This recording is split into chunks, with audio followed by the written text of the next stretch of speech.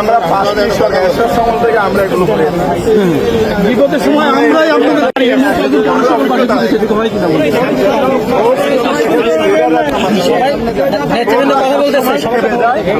অফিসারও এটা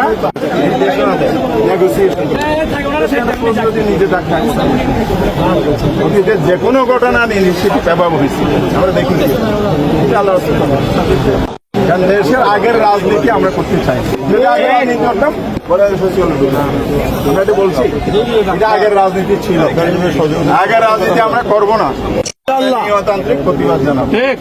তো আপনাদের উচিত এই ডায়লগের মধ্য দিয়ে সমাধান করতে হবে। গড় তুমি করলে হবে না, গড় তুমি করে কিন্তু হাসিনা টিকতে পারে। এটা আপনার সরকারকেও বোঝান, আমরা ফৌজদের থেকে ওরিয়েন্টেড করি। দেশের নাগরিক একটা পলিটিক্যাল ওয়ার্ড নাই আজকের দাবিতে আছে না, সবগুলো। বিদ্যুৎ কি আপনার লাগে না? লাগে। গ্যাস লাগে না আপনার? তেল লাগে না? সবার তো লাগে। সবার একটা কমন ইস্যু কিন্তু আমরা আগে জানিয়েছি।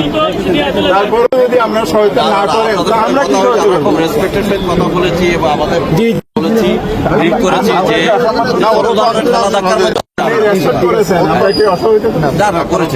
এটা কৃতজ্ঞ আমরা ধন্যবাদ।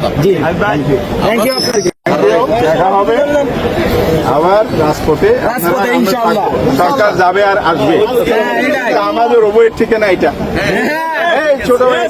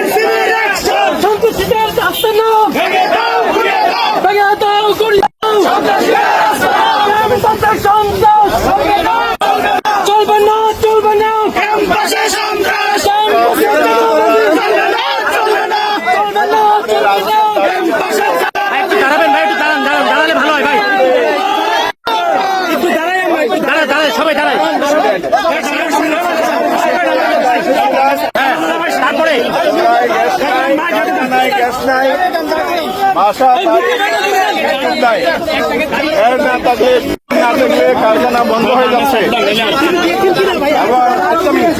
রান্না হচ্ছে না, মানুষ অন্ধকারে আছে। এই দাবিগুলো জনগণের দাবি। আজকে কোনো রাজনৈতিক ইস্যু নিয়ে আমরা আসি নাই, জনগণের ইস্যু, দলীয় ইস্যু নয়। সেইভাবে আমরা অবস্থান বোধ করেছি।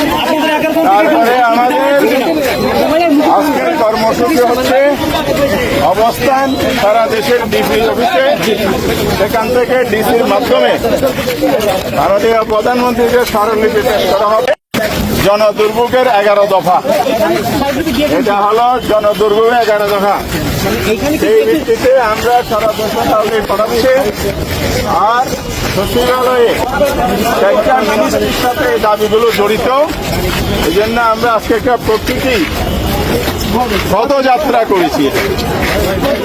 অবস্থান ছিল, অবস্থানের সমাবেশ, বক্তব্য, দাবি তুলে ধরে একটা প্রতীকী পদযাত্রা ছিল। আমরা আহ্বান করেছিলাম সচিবালয়ের 6জন মন্ত্রণালয় থেকে, হয় মন্ত্রী না হয় তার প্রতিনিধি, বিরোধী দলের নেতা এই আহ্বান করেছেন। 10 মিনিট সময় দিয়েছেন, পরে আরও তিনি 5 মিনিট বাড়িয়েছেন। সরকার পক্ষ এ ব্যাপারে আমাদের সাড়া দেন নাই। তবে গোয়াক্রমী এটা হলো জনদাবিকে উপেক্ষা করা। এটা অতীতের আওয়ামী সরকার করেছিল। অহংকারী, গোয়াক্রমী এবং জনগণের দাবি পক্ষা মতামত ক্ষমতার জুড়ে রাষ্ট্রযন্ত্রকে ব্যবহার ক্ষমতায় টিকতে চেয়েছিল। হাসিনার পতন 5ই আগস্ট হয়েছে, আপনারা দেখেছেন। দেশ ছেড়ে পালিয়ে যেতে বাধ্য হয়েছে। যেমন কর্ম তেমন ফল। এই কর্ম করেছিল হাসিনা, ফল পেয়েছে তার। বর্তমান সরকার যদি সেই কর্ম করে অনিবার্য রূপে তাকে সে পরিণতি ভোগ করতে আপনার স্মারকলিপি জমা দিতে গিয়েছিলেন, সেটা দিতে পেরেছেন কিনা? তার লিখে দিয়েছি বলে কয়বার বলবো। আমাদের কর্মসূচি ঘোষণা হয়েছে আজকে। সেই কর্মসূচি হচ্ছে 3-4টি বিভাগীয় শহরে, ঢাকা থেকে বিভাগীয় শহর অভিমুখী আমাদের লং মার্চ, 3টা রোড মার্চ, একটা রেলপথ অভিমুখী যাত্রা। সেইভাবে আমরা শিডিউল অনুযায়ী কর্মসূচি পালন করবো এবং 14ই নভেম্বর ঢাকায় চলো জাতীয় সমাবেশ, মহাসমাবেশ অনুষ্ঠিত হবে। এই আন্দোলনের কর্মসূচির মধ্য দিয়ে আমরা গণভোটের রায় বাস্তবায়ন বাধ্য করব, জনদুর্ভোগ লাগে বাধ্য করব, মানুষের জানমাল নিরাপত্তা দিতে সরকারকে বাধ্য করব। সরকার যদি আন্দোলন চলমান আছে, আমরা সরকারকে বারবার বলছি সংস্কার সংস্কার সংস্কার, নো অ্যামেন্ডমেন্ট, নো সংশোধন। সংশোধন হলো জুলাইকে এড়িয়ে চলার অপকৌশল।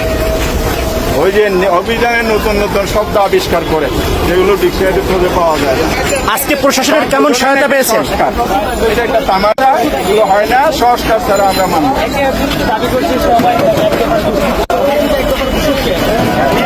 এখানে আমরা বলেছি, গতকালেও বলেছি, এই আন্দোলন সবার দাবির প্রেক্ষিতে এটা হয়েছে। তবে চলমান আন্দোলনের মধ্যে এক একজনের এক এক ভূমিকা ছিল। জুলাই যোদ্ধারা রেখেছে, সারা দেশে রেখেছে, জাতীয়ভাবে রেখেছে। হ্যাঁ, ওনারা তো শহীদ জিয়া রহমান ঘোষক বলে, আবার আওয়ামী লীগ বলে বঙ্গবন্ধু ঘোষক বা রহমান ঘোষক, আবার এখন বাংলাদেশের কাকুন্দি জুলাই হাইজ্যাক করার জন্য পরে কিন্তু ঘোষকের আবিষ্কার সরকারি সেক্রেটারি জেনারেল তিনি কিন্তু জাতি এটা ধিক্কার জানাচ্ছে।